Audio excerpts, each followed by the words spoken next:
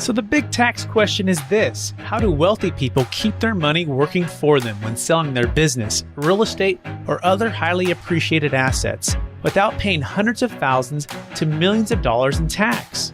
What if we, as business and real estate owners who have poured blood, sweat, and tears to growing our wealth, and who didn't hire expensive tax attorneys and CPAs to map out an exit strategy, knew their secrets?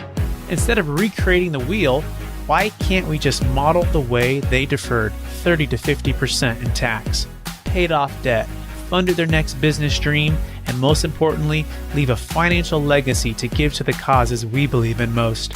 What if their secrets weren't complicated at all, and you just need a guide who is a few steps ahead of you? That is the question, and this podcast will give you the answers. My name is Brett Swarts, and welcome to Capital Gains Tax Solutions. And welcome to another episode of the Capital Gains Tax Solutions podcast, also streaming on Expert CRE Secrets podcast, where we believe most high net worth individuals and those who help them, they struggle with clarifying their capital gains tax deferral options. Not having a clear plan is the enemy, and using a proven tax deferral strategy, such as the Deferred Sales Trust, is the best way for you to exit your highly appreciated business, real estate, or other asset. I'm your host, Brett Swarts. Each episode, I am joined by some of the best real estate, financial, wealth, and sometimes tax minds in the world, where they share their ideas, deal stories, and inspiration. So together we can make complex tax referral strategies simple and passive income plans achievable. I'm excited about our next guest. He is the founder of Moskowitz LLP, and I probably pronounced that incorrectly, but he'll pronounce it correctly here in a minute. But he has been in the tax attorney for more than 30 years. He has made it his personal mission to help business owners and individual clients successfully resolve tax issues that go on with their lives. He has extensive knowledge of tax law, a desire for swift and vigorous defense, and decades of experience with tax authorities and in the courts. And he has unusual perceptive judgment in assessing the best way forward and the right resources to achieve resolution. I'm excited to have him on the show. Please welcome to the show with me, Steve Moskowitz. Hey, Steve, how you doing? I'm doing great. This is my favorite time of the year. It's tax season, and I'm going to have a good time because we're going to talk about taxes. As you know, everybody loves to talk about taxes. Who doesn't? Exactly. And I appreciate you coming in during this tough time during the year, because it gets busy, for folks like yourself and anyone who's a CPA or in tax season. So that being said, let's dive right in, Steve, because we're going to cover a lot today. Our topic today is, would you rather pay $1 million today or 30 years from now with zero interest, kind of the time value of money. But before we go there, Steve, would you give our listeners a little bit more about your background and your current focus? I'm a tax attorney, and I had our tax law firm. Before I was a tax attorney, I was a CPA, and I dedicated my professional life to helping people with taxes. And I have a heavy-duty background, and most of the people like me start with the giant firms that represent the Fortune 500, and that's how I started out too. And then I realized I could do so much more for small business and individuals. So 30 years ago, I went out and I started my own firm, and it gives me, to this very day, such great satisfaction when somebody comes in and I save them taxes and build their wealth. And there's so many ways to do that. For example, if we set them up with a retirement account, all of a sudden they have to make the tough decision: would they prefer to pay less taxes and put their money away in someplace safe, or would they rather pay more taxes and have their money where they could easily have it taken away from them? So the bottom line is that gives me great personal satisfaction, and you grow with these people, and you see sometimes they come in with nothing, or maybe a big tax problem, and all of a sudden you fix the problem, and then you start growing their wealth. And the things you talk about, and I've listened to your other podcasts, they're so good because I've been espousing this stuff for years, like with the time value of money. I say, look how those banks made all that money. How'd they do that? It's the time value of money, because when you walk in the door and say you want a loan, they hand you money. How are they making money on that? Time value of money. Or when you deposit the money, how are they doing it? Time value of money. And when I explain that to clients, like you have on the graphic here, I say, if you had to pay a bill and you have a choice, you could pay it today or 30 years from today. And by the way, if you pay 30 years from today, you won't pay any interest. Which would you rather have? And the answer is real simple. Or the other way around. Would you rather, if someone says, I'm going to give you $1 million, would you like it today or 30 years from today? I would take I'll take it today. Thank you very much. That's the time value of money, and that's what you're espousing in this, and it works. It is so good, and so many people have made so much money. This is a basic financial principle. It's very exciting, and I've heard you explain in a number of the podcasts how you make it work, because a lot of times when you hear something, it's a teaser. You say, hey, you can save great money in this, thanks, time's up, bye. And you actually explain, well, here's how you make it work. Yep, we're going to dive all into that, and I'm so excited because I feel like some folks on I get on the episodes are in our same exact field, and you are. So we're going to dive into that here in a second. Now, I want to take a step back, though. You know, Steve, I believe we've all been given certain gifts in this life, and these gifts have been given to us to be a blessing or help to others. Some people call them superpowers. Some people call them strengths. So I want you to picture yourself in university days or high school days, and maybe identify one or two gifts that you believe you were given. And how do those gifts help how you help people today? Let's go back to university days. I was a professor for 10 years. And one of the things I would talk to people, and whether it was in law school or graduate school or university, one of the gifts is helping somebody with their career. Because a lot of times people were saying, well, what career should I take? Should I do this? Should I do that? And it would take a whole lifetime. And it's been a long time since I taught a class. Today, some of those students were my students 25, 30 years ago, and still come back and say, hey, Steve, I did what you said, and look at my career now. Once again, great personal satisfaction. And that's what I try to do with business. I'm not some guy that says, the code provides under regulation 1, 2, 3, 4 that you must. That puts you to sleep, makes you crazy, you don't hear it. But instead, I say, look, the law and business and tax lives. And one of the things about taxes, everybody understands that one of the purposes of the tax law is to get money out.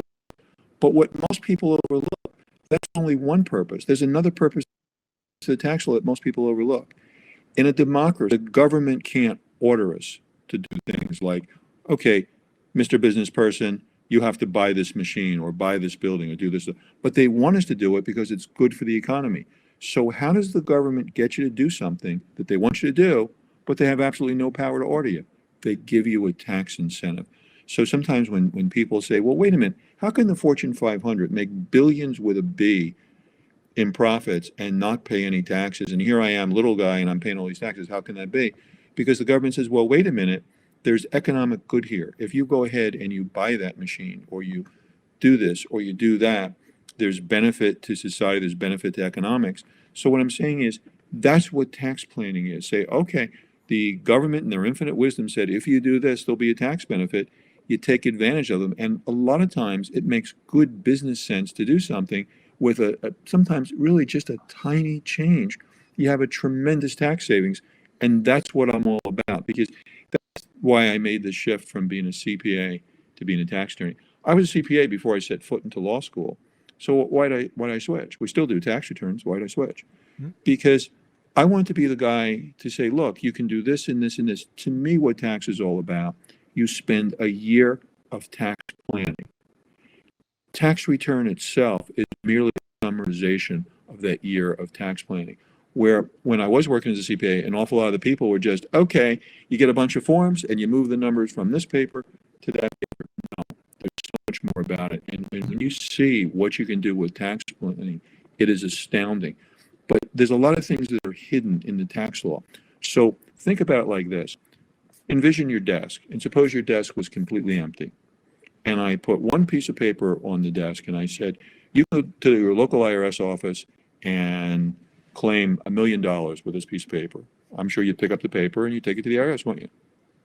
Sure. But what if I did this? I put this piece of paper on your desk, same piece of paper, and then I backed the truck up to your desk and I dumped 1 million pieces of paper on your desk. Now, you never take that one piece of paper, that special piece of paper, to the IRS. And you said, well, why didn't you take it? It was right there. It was on your desk. Of course, you didn't see it. If you understand that, you will understand our tax law. There's that 1 million pieces of paper on your desk, and there's that special one that's buried. You have to know how to find it. And that's part of what I've dedicated my career to, because for 30 years, when you really get into this and you learn and you say, well, wait a minute, there's this law, that law. We know where that special piece of paper is hiding. Whereas you look at your desk, your head swims. You say, oh my God, there's a truck backed up. There's 1 million pieces of paper. on my desk.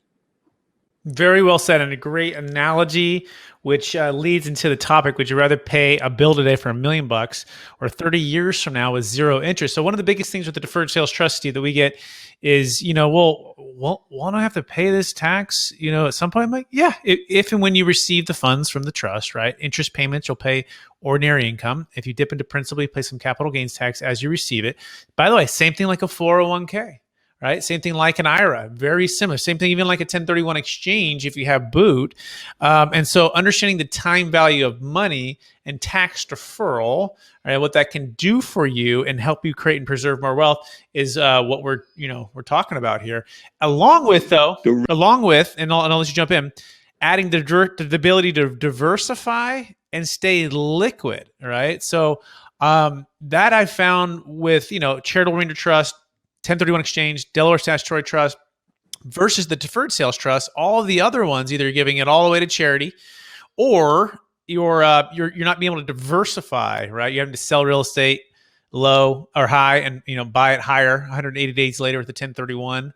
Right, or go into like a Delaware Statutory Trust, which is just another form of 1031. So, would you just expound upon time value of money, but plus the ability to diversify and be liquid with the investment? The reason I was smiling when you were saying that, the example that you gave is the exact example I give when I'm talking about retirement. Sometimes a client says to me, well, wait a minute.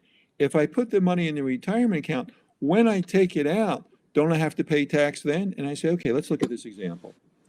Suppose that you start off and you put 100 grand into the account. So we save taxes. And years later, your account has grown. And bear in mind that all the earnings there are not being taxed while they're being earned, so they grow faster. Now you have a fund with $1 million in it. And let's take the worst case. Let's say when you retire, the tax rate was half, 50%. You pay $500,000 in taxes. You have $500,000 left. Would you rather have that $500,000 or would you rather have the 100 grand? Oh, that's how it works. That's the way I explain retirement accounts and tax on them. Mm-hmm. Mm-hmm. So now expand upon the ability to diversify, because it's not just the tax deferral strategy, but it's the investments behind that and making sure that you can put it into for different vehicles at different times. Well, sure. Spread that out. Yeah. Basic planning with financial, and it goes way back to fairy tales. Don't put all your eggs in one basket. Mm-hmm. And the idea is that if you diversify, it's extremely unlikely, no matter what happens in the markets, that everything would go bad at once. It's like, no matter that, the reason you have a market is because somebody thinks something's going up and another person thinks the same thing is going down. And no matter how bad things are, somebody makes extra money. For example, right now in a pandemic, could you imagine if you bought Zoom before the pandemic? You'd be doing great right now. Oh my God. Well, it's not just Zoom. It's, you look at Amazon and you look at some of the others. So what happens is it's not that everybody goes down or up. It's choosing wisely and getting in at the right time and then saying, okay, this is how, regardless of the conditions, I've made money. Excellent. So now let's dive into just overcoming false beliefs. So someone comes to you, Steve, and they've never heard of it. And Steve, their CPA's never heard of it, right? And it seems like it's too good to be true, Steve. Everyone would have known about it. What's your best way to help educate and help bring somebody along? But sometimes these deals are like time constrained, right? Where you have like 30 days to make a decision, right? We need to do tax planning typically, especially for highly appreciated assets, before close of escrow, and even before contingencies have been removed, right? So walk us through. Nice though, yeah. Yeah, so give me that. So you got 30 days. It's a $10 million sale. It's a business sale. It's going to cost the guy $4 million of tax. He just heard about you. He calls you. Give us A to Z in 30 days, how you're helping him overcome the false belief of it's too good to be true. That's boy, there's an awful lot of overlap between what you do and what I do, because I hear that all the time. Somebody says, my CPA never heard of that. And I said, that's why you should switch away from him or her. And so many times I've heard somebody come in as a deal breaker. And remember, going back to my personal example, that's why I went to law school when I was a CPA.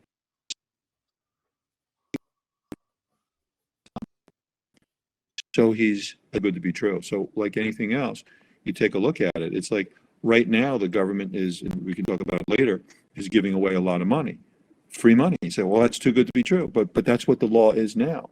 So what you want to do is you want to say, well, wait a minute. If you haven't heard of something, you want to go to somebody that does, and you say, well, look, let me prove it to you. Let me tell you what's going on here. And in my practice, that happens all the time. Another thing I'll get all the time is somebody says to me, is this new? I know it's been around for years. Well, my guy never told me about that. I said, well, that's why you're in my office instead of his or her office.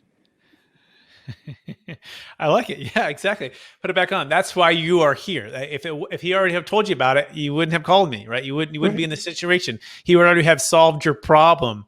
Yeah, and then I also like to tell them, the track record of something, right? In the Deferred Sales Trust standpoint, thousands of closes, over a dozen no change IRS audits, billions under management, goes back 25 years, but it is proprietary and it's protected. So it's kind of we're in this zone where it's known by a lot of people and those who have done it, but it's also protected and proprietary, so we don't give away our secrets. Part of it because we don't want competition, but the other part of it is we don't want anyone to abuse it, right? Because we don't want anyone to go outside the guardrails. So talk about going outside the guardrails on some of these things, and maybe in the past why things have maybe been, the IRS has tightened up or maybe taken them away. What's your thoughts on? I will in just a sec, but something else you said that's so very important. Another reason what you do is so important and why your shows are so important is you can't utilize something if you doesn't know it exists. If we were off in the wilderness and both you and I are wearing eyeglasses right now, and if we didn't know that eyeglasses exist, we'd say, well, I can't see very well, and that's that. And then some guy comes from the civilized world and says, hey, all you need to do is get these eyeglasses and you can see 20/20. So part of what you're doing and part of what these podcasts are all about is saying, hey, here's the eyeglasses. You really can see 20/20. I know you never heard about eyeglasses. I'm going to introduce you to them. So what happens is like everything else in life, and it's not just tax, somebody comes up with something, but somebody always abuses it. So you say, okay, you can drive along this highway at 80 miles an hour because the roads are special. There's going to be a guy zooming around at 120. And you say, well, wait a minute. Why is it that this guy, now why are the police patrolling and pulling me over? I was only doing 90 because somebody came on and abused it. So what the guardrails are, you have something and say, look, here's the rules. But like anything else, it's like having a fine bottle of wine. That's wonderful with dinner. But when you finish it, you don't get in your car and drive home. You get in the back seat of somebody else's car. And that's why you have guardrails. Very, very well said. So now maybe we can touch on something that you offer, because I've been kind of plugging the Deferred Sales Trust here. And what's something that helps with highly appreciated asset sales? And let's just take a primary home. Let's say in the Silicon Valley, right? Someone's selling a high-end primary home. They come to you, Steve, and they say, "Hey, I'm out of my 121 exclusion. I bought this property 25 years ago for $1 million. It's worth $15 million. I don't want to do a 1031 exchange. I can't do a 1031 exchange. Steve, what do you have to offer me?" So then what we do, and I think one of the strongest things we have to offer is we don't have a one size fits all, here's the blank form, we'll put your name up top. What we do is we actually do an analysis, and the example that I give here is I have twin siblings. Their income is identical, everything's identical. But what we do for the brother might be very different from what we do the sister, because we say to them, well, wait a minute, what do you want to do? And that's so important, because a lot of times tax planners, they'll come up with something great, and then later on somebody comes to me and says, oh my God, can you undo this? I'm miserable. I hate this. And sometimes you're going to do it, and sometimes say, well, sometimes irrevocable really does mean irrevocable. So what we do is we not only just get in, well, here's the tax law or here's the advice. What do you want to do? And you say, oh, well, now that I know you want to do this, this vehicle would serve you the best. And I think that's the strongest part, because what I actually like to do, old fashioned, sit down with somebody and talk to them. And what do you want to do? And then tell them what you can achieve. Hey, if you want to see off in the distance, well, besides the eyeglasses, we have some binoculars here. So you really can see those birds in the trees. And you want to go and sit by the ocean. And then you talk to people, for example, even with estate planning. Some people will say, everything for the kids, everything for the kids, everything. Other people will say, and some very, very wealthy people, I won't mention any names, but famous people from the news will say, you know what, you give money to kids, you'll ruin them. So again, the tax planning or the estate planning for those people are very, very different. But I think one of our strengths is we find out, what do you really want? And you know what people say to me all the time? Say, Steve, I've been doing this for years. Long before I met you, I had these other guys. Nobody ever talked to me. You just simply talk to me. You find out what I want, and then we put them into things that not only save them taxes and are good for their investments, but actually are taking care of their wants, needs, and desires. So make sure I capture that. And you said it so succinctly and clearly here. So what do you want to do? Like, what is the outcome for you for here? Like, what do you envision your wealth plan, your life, your time, your energy, your family, your estate planning? Start with the end in mind and work your way back. Is that a fair summary? Yes, it is. And we have all types of things where I like tryouts. For example, sometimes you'll hear somebody saying, you know what? I'm working real hard. I'm working at 1,000 miles an hour. So one day I can sit on the beach and do nothing else. And I say, well, wait a minute. That's fine for some guys, but that kills other guys. Do you really want to do that if you worked hard all your life? So one of the plans that I talk to people is that before you pull the plug, take a week, a month. You take off a week a month. How do you like it? And if you find that you enjoy that vacation, the week a month, take 2 weeks a month. 3 weeks a month till you're finally ready to pull the plug. But if you're at 2 weeks a month and you're saying, you know what, I'm checking my email every 5 minutes, I'm pacing the floor, I'm bored, I say retirement's not for you. So then we change their plans accordingly. And then you take a look at, well, okay, what does your spouse want? Now, another one that comes up is sometimes there's a conflict with the kids. We've dealt with that too. Sometimes what the kids want is best for the kids, but it's not best for mom and dad. And I'm representing mom and dad. Now, if you want to do family planning, that's fine. But if I'm representing mom and dad, I say, I know you love your kids, but what they're encouraging you to do is great for them, but it's bad for you. And I just tell them that. But again, before I get to the formal stuff, the rules, the regulation, all the complicated stuff, it's an old-fashioned sit down and talk to somebody and find out, what do you want? And then say, well, okay, do you really want it? Is there some way I can sample this? I'd like to have this food. Well, before I order a truckload of it, load up the space capsule and that's all you have to eat. Do you really like this? Let's try it out. And sometimes you can.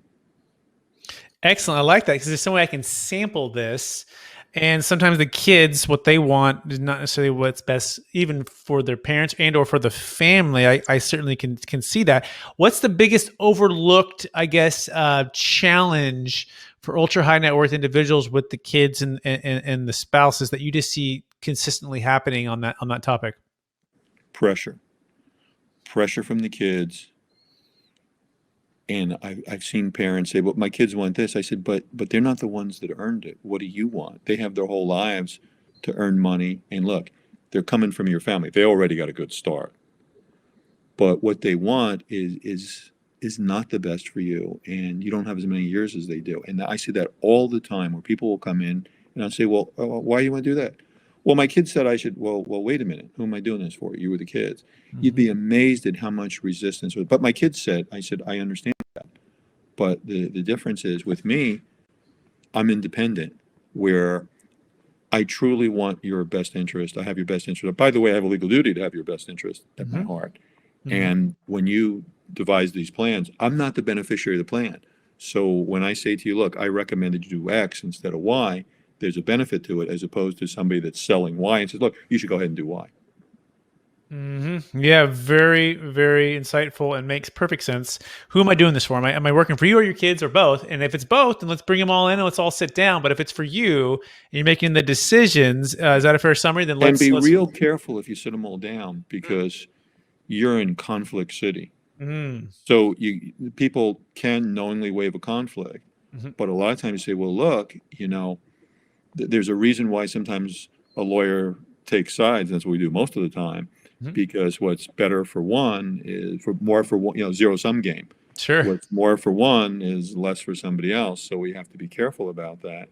And then you start. And another thing that I'll talk about is practicality, where as the numbers increase, sometimes you can do something that you wouldn't do for somebody that had smaller numbers because of the practicality of the case and what the people want to do. So for me, I'm always looking at lifestyle. Hmm. And I'll never start it out. I was working for a big firm in New York. There was this financial guy that made me nuts. And I hated his advice. And I remember, brand new, and his financial advice is, when the price of steak goes up, eat eggs for dinner. And I said, but wait a minute. And what if I don't want eggs for dinner and that doesn't give me enough nourishment and I'm tired the next day? He was just looking at just the numbers, just the price, nothing else. That the eggs were less expensive than the steak. I said, there's so much more to it. And that's one of the things that we offer clients. We don't just look at the bare bones numbers. It's what's behind them. And back when I was a law school professor, I actually taught a course in that. And I said, if you look at a financial statement and you don't really understand what's going on, you can really get taken to the cleaners. For example, suppose you take a company that is running really well and everything's well maintained. Then you have somebody come in and he says, okay, I'm going to increase profitability in the company. So what I'm going to do is I'm going to order a stoppage of all maintenance on all machines. So the machines are, when I walked in the door, they're well maintained. They can go for a while without any maintenance. I've saved the money of the maintenance. And what I have to do is get promoted before all the machines break down. So I'll say, look, I'm so great. I made you all this more money. And now I get promoted up. The machines all break down. That's the next guy's problem. And the new lawyers say, oh my God. And you take a look, what these financial statements mean. And when I taught that course in law school, I opened up a lot of eyes because people would look at the financials and think it's something it's not. Even, for example, looking at the balance sheet and understanding the difference between fair market value and cost. For example, if we looked at the balance, suppose, for example, we looked at the original purchase of Manhattan Island for $24. And suppose we still had the original owner still having it. On his balance sheet, he would show Manhattan Island, $24. I'd say, look, the balance sheet says $24. Don't sell that for $25. Don't sell it for $2,400. Don't sell it for $24 million. My God, fair market value is so different than, book value. And then we talk about other things. For example, time value of money. We love doing cost segregation analysis for clients, and that's one of the examples I give. Somebody buys a commercial building and they say, well, I have to depreciate this over 39 years, or a residential 27 and a half. I say, well, wait a minute. We can come in and do an analysis. And yeah, there's some portion that's 39 or 27 and a half, but there's some that's 15 and 10 and 5 and some we can write off now. Again, an awful lot of what I do goes back to time value of money. It's not just pensions, it's other things too. Beautiful. Yeah. I get excited about this because who wouldn't? Yeah, no, I geek out on it too. And I think our listeners are appreciating how all of your wisdom here. So now I want to go back to the thought you made about somehow I can sample this, right? So this is interesting, right? So some of these tax deferral strategies, right? Again, irrevocable. You got to set up beforehand. And then you close, and it's kind of like you're not going back unless you're going to, pay the tax. At least that's what it is definitely for the Deferred Sales Trust as you receive it. So what's a way that you can sample some of these tax deferral strategies or some of these strategies without having to do them quite yet? Sometimes I will go ahead and set something up and then just say, let's take some time. Excuse me, let's take some time and think about it. Here's another one that I'll get. People, especially sometimes medical doctors, will come in and say, you know what? They get sued all the time and they want to set something up for asset protection. And there's all kinds of asset protection trusts you can do, and there's, all kinds of islands to put things. Excuse me. But do you really want to do this? Because if you're doing it properly, it's not a wink to somebody that, but really, you say, if you're really doing this, you're taking the stuff away. Maybe you don't want to do it. Maybe it's something as simple as getting more insurance. Or maybe it's something as simple as, you know what? You do 10 different things. And one of the things you do, the malpractice rate is really high. Stop doing that. Let somebody else's client do that. So it's not, again, I look outside the numbers. And to me, that's the big deal. Because in my career, what I see all the times is guys present these nice numbers. It's always nice numbers. Well, if you do this, you're protected from that and this.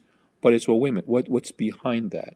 And that is essentially a sampling. And sometimes when I do these things, I say, well, look, let's just wait a little while and see if you cool off. Like with the asset protection trust, what you'll see is somebody gets sued, then they run to the lawyer and say, I want to set this up. Well, first of all, it's too late when you get sued, but you're in the passion of the moment. So I say, well, wait a minute, let's take a look at it. And then when we get through this suit, what do we really want to do? So it's a combination of looking things. And again, my whole career, I'm just amazed by the fact that the guys are just looking at the numbers, just looking at the cold papers or now the cold computer screens, when they're not looking at what's behind it. And it goes back to, what do you really want to do? And the other thing is, I told you I had been a professor many years ago. I like to explain things to people. And a lot of times I'll talk to people and they'll bring a stack of papers and they'll say to me, well, I never really understood what I signed. I don't want anybody to say that I represent it. I want to partner with them and say, look, the reason you're doing this, so if somebody does something, they understand why. They understand the benefits, and is there some detriments that we want to watch out for, and how these things weigh. It's like if you're talking to a medical doctor and there's a medicine that will help a condition you have, understand the side effects before you swallow that pill.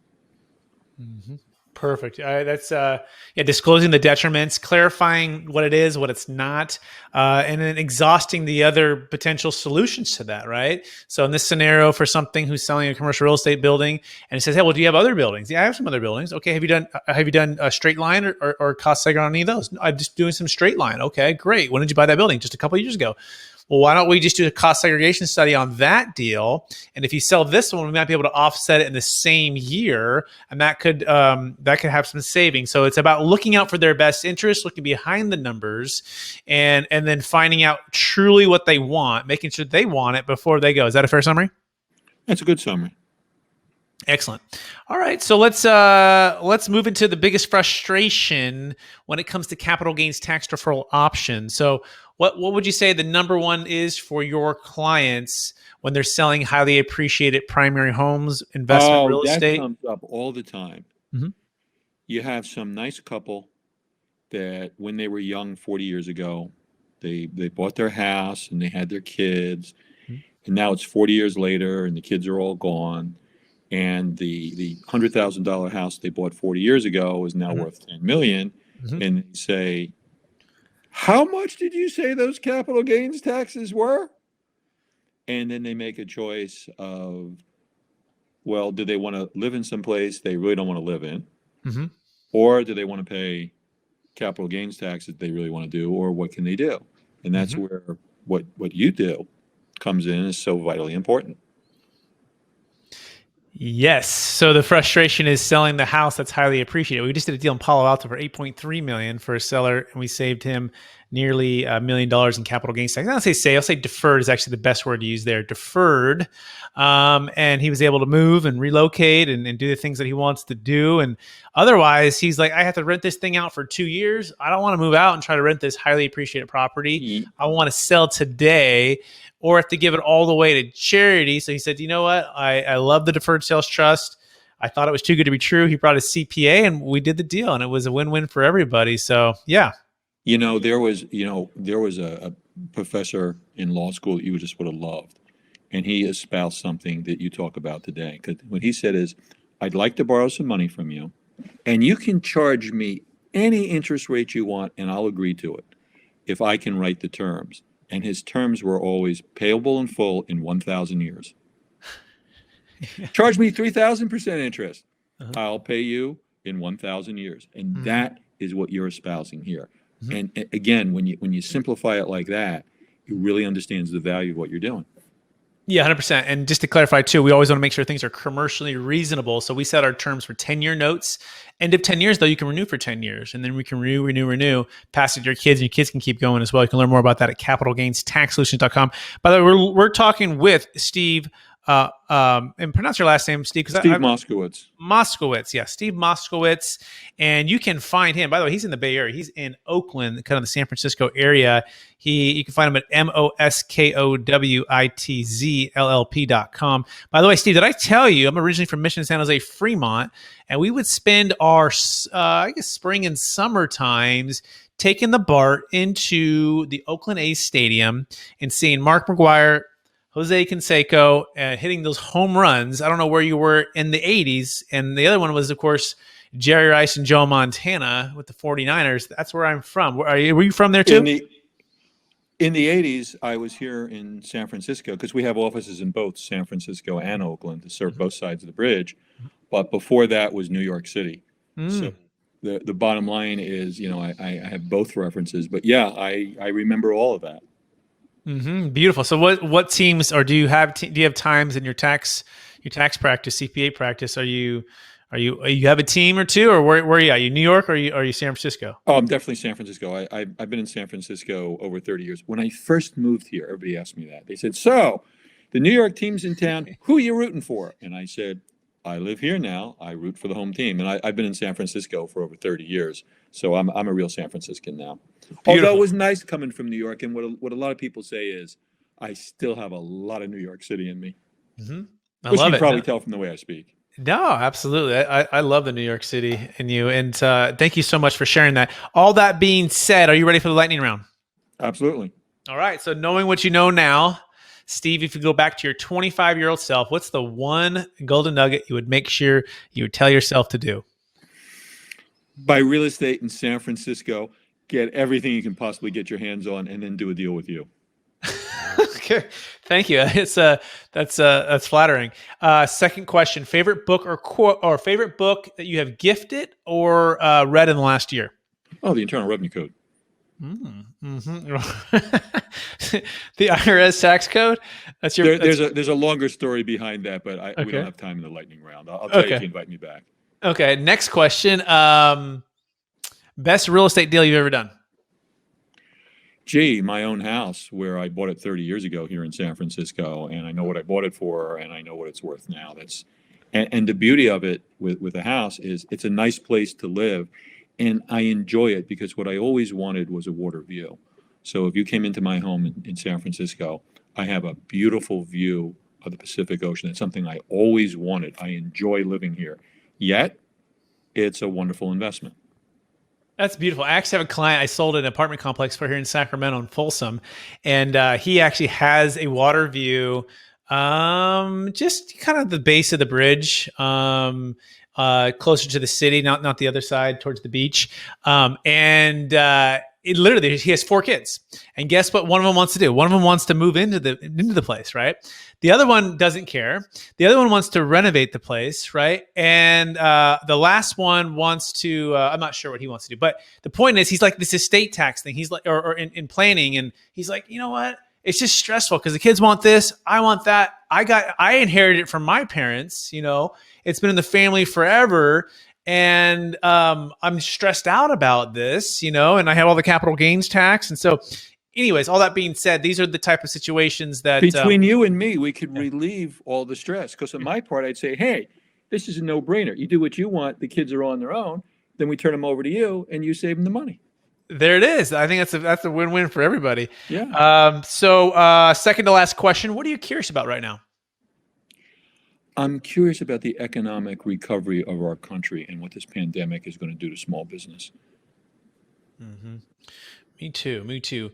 However, with what President Biden signed on March the 11th, 21, I think this is a real chance for a lot of businesses who are getting ready to say they give up and they're just going to lose a lifetime of work and savings and look at a mountain of debts to actually come back and recover. So I'm very, very, very in favor of this new law that's just come up. Excellent. Yeah, that is great news to hear, and hopefully it feels like the worst is behind us. It does. It really does. Yeah.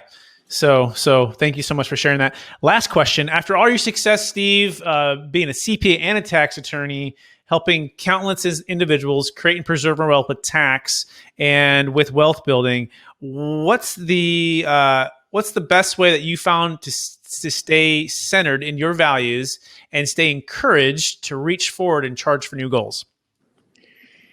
By taking a walk along the ocean and thinking about the beauty of the creation, the physical beauty of where I am and what I can do to help people. And that really just totally re-energizes me. Taking a walk, taking it all in, all the beauty of the creation, and thinking about how you can help more people out. Absolutely. Beautiful. Love it, Steve. I want to thank you for being on the show. I want to thank you for sharing a bit about your story. So much wisdom. I just took pages and pages of notes here. So I'm excited to perhaps have you on at a later date as well. I'd love it. I had a great time doing this with you. Awesome. Cool. And for our listeners, would you remind them one last time where they can find you if they want to reach out to you? They can call us at 888-TAX-DEAL. That's 888-TAX-DEAL or MoskowitzLLP.com. Excellent. Steve Moskowitz, thanks for being on the show. And also want to thank our listeners for listening to another episode of the Capital Gains Tax Solutions podcast. As always, we believe most high net worth individuals and those who help them, they struggle with clarifying their capital gains tax deferral options. Not having a clear plan is the enemy. And using the Deferred Sales Trust or getting with someone like Steve Moskowitz to help you devise an estate plan, tax plan is the best way for you to create and preserve your wealth. Please rate, review, subscribe to the show, and go to capitalgainstaxsolutions.com too if you want to learn more about the Deferred Sales Trust and how that can help you and or one of your clients defer some capital gains tax. Hey, we appreciate you out there. Have a great day. Bye. You have just listened to another information-packed episode of Capital Gains Tax Solutions with Brett Swarts. We hope you enjoyed today's show and found it helpful. Visit capitalgainstaxsolutions.com to access the show notes and to access more resources. Don't forget to leave a review and join us again next time.